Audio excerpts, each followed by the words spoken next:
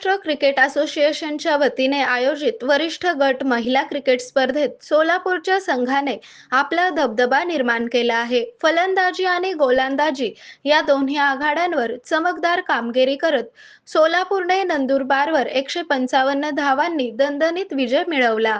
नाणेफेक जिंकून प्रथम फलंदाजी करताना सोलापूरच्या संघाने निर्धारित 20 षटकात 4 बाद 183 धावांचा डोंगर उभा केला.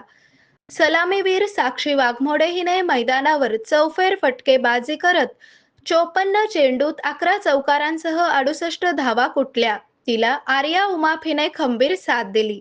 आर्याने 46 चेंडूत 8 चौकारांच्या मदतीने 61 धावांची वेगवान खेळी केली. या दोघींच्या शतकी भागीदारीमुळे सोलापूरला मोठी धावसंख्या गाठता आली. आरोग्य म्हणजे केवळ औषध नाही, तर निसर्गाच्या योग्य उपचारांनी मिळणारी खरी आरामदायक अनुभूती.